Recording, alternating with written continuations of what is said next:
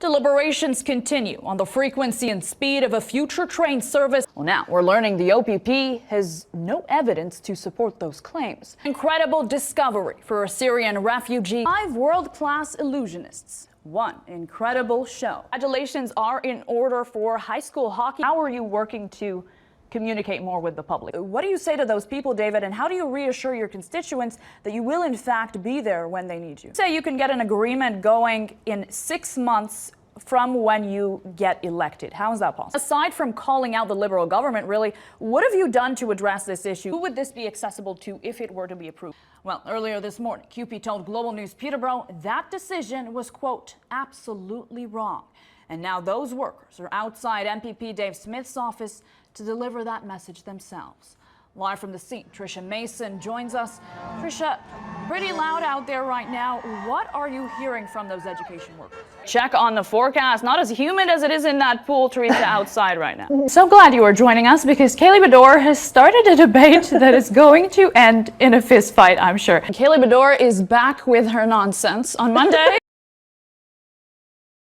A decade after she disappeared, a Peterborough family is still searching for their loving and nurturing Lorraine, the 58-year-old woman last seen at this movie theater in Peterborough. I don't know, man, it's really not that serious. Actually, it is. A Deloitte report 8 years, and that's money down the drain. And he's still saying paying for news means those who can't afford it remain uninformed. Well, University of Ottawa's Stacey Smith says this inequity could be dangerous, even deadly. That morning, at this section on the Trans-Canada Trail on Atkinson Road, police found perhaps one of the only pieces of evidence made public to local media. Lorraine's van, a 2001 gray Pontiac Montana, was found abandoned by the entrance of the trail. Inside the van, multiple items belonging to Lorraine, none of them, police say, point to where she went. 68,000 Canadians are currently living with HIV in Canada. However, get this, 14% of those people don't know they have it. These are all withdrawal symptoms for when heavy drinkers cut the alcohol. Well, it might be hard to believe now, but come August, this quiet pedestrian walkway will be bustling with live music and vendors, helping attract upwards of 15,000 people a day. The plea consistently hammered onto tech giants like Facebook, where a 2020 study found that misinformation had, quote, found a comfortable home and an engaged audience on the platform. But a disinformation expert in BC says we can't move to a new platform if we're already struggling to regulate this one. Ever get the feeling you're being watched? Get your booster shot, yeah! Well, whether the message is loud or whether we've heard it many times, Bradley says misinformation about the Queen can be weaponized by anti-monarchist political groups in Commonwealth countries. They want public opinion polling gone. But in Canada, others say it's the least of our election concerns. Say that means misinformation like this will continue to threaten Canadians. Say it's a clear agenda to silence and intimidate those covering elections. Some have called it the panoramic, the coronavirus, and even, believe it or not, the panini. New terminology like Deltacron can catch like wildfire, and experts say be detrimental to the fight against COVID-19 when emotion takes hold.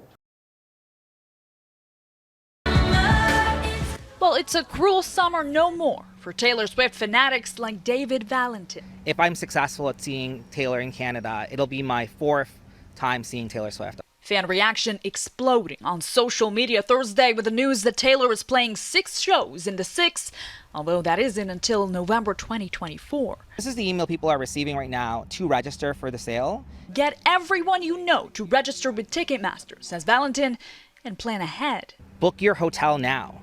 The price for hotels is going to be astronomical. Her impact on a city is equivalent to that of the Super Bowl coming to town. 6 shows? We have to go. How much would you shell out for this concert? $1,000. That's how much I love her. You think this was like a publicity stunt? How can she fit in 6 more shows? It doesn't make much sense unless she had it planned all along. My daughter is a huge Taylor Swift fan. I put everybody's email in for the opportunity to see one of her shows. It's me.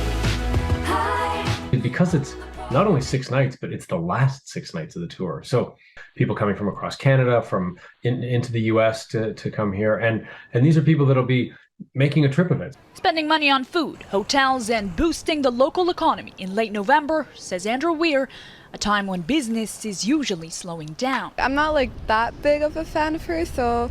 Well, Swiftie or not, planning for security, traffic, and parking will happen well in advance, says Weir, as Taylor becomes the first artist to play the Rogers Center 6 times as part of a single tour. All tickets are expected to sell during the Ticketmaster fan pre-sale going on right now. Registration closes this Saturday. If they don't get contacted, do you think they'll be upset? I think we'll be in mourning. Noor, Ibrahim, Global News. The word closure, there is no closure. It's a wound in your heart that just, it's there.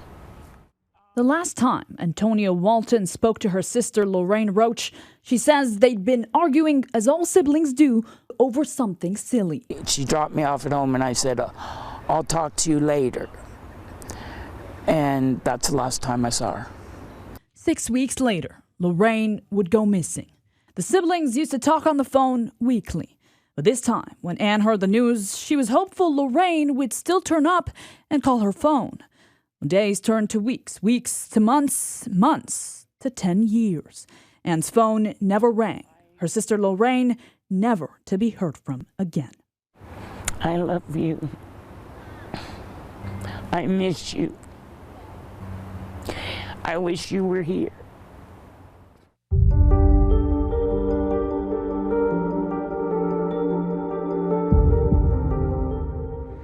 Lorraine Roach was a 58-year-old woman at the time of her disappearance and a resident of Selwyn Township. Often said to have vanished without a trace, Lorraine Roach left behind 3 children and 4 grandchildren. Well, 10 years later, Lorraine is still missing and foul play is suspected in her case. But now, OPP Detective Inspector Curtis Fredericks tells me... We do not believe she is alive. You do not believe she's alive? No. May 10, 2013, around 6:40 p.m. The last confirmed sighting of Lorraine was here at Galaxy Cinemas on Water Street in Peterborough. Lorraine captured on CCTV buying a ticket to see the movie Oblivion alone. Unfortunately, we do not know much beyond that point. We don't know her movements between the time of the movie and when she's reported missing. That leaves a gap of 3 days. Lorraine is believed to have left the theater at some point and driven to her Hilliard Street house. Her husband, George Roach, previously said he saw Lorraine leaving their house again at 1:30 a.m. to go to a casino in the region, although it's unclear which one. Lorraine never came home.